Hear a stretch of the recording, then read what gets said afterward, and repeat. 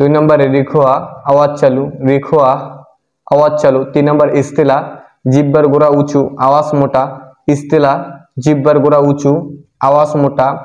4 নম্বর ইতবাক জিহ্বার মধ্যখান তালুর সাথে মিলিত, ইতবাক জিহ্বার মধ্যখান তালুর সাথে মিলিত।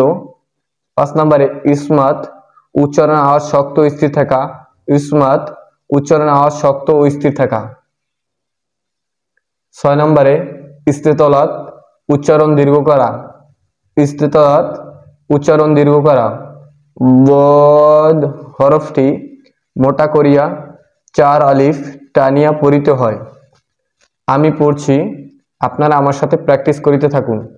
বদ বদ বদ বদ বদ বদ বদ বদ বদ বদ বদ। আপনারা আমার সাথে প্র্যাকটিস করিতে থাকুন। বদ বদ বদ বদ বদ বদ বদ বদ বদ বদ বদ বদ বদ বদ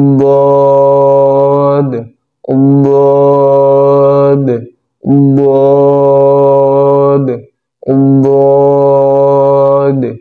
বদ বদ বদ।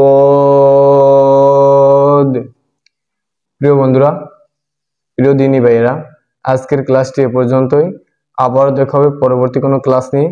ততক্ষণ আপনারা সুস্থ ও ভালো থাকুন।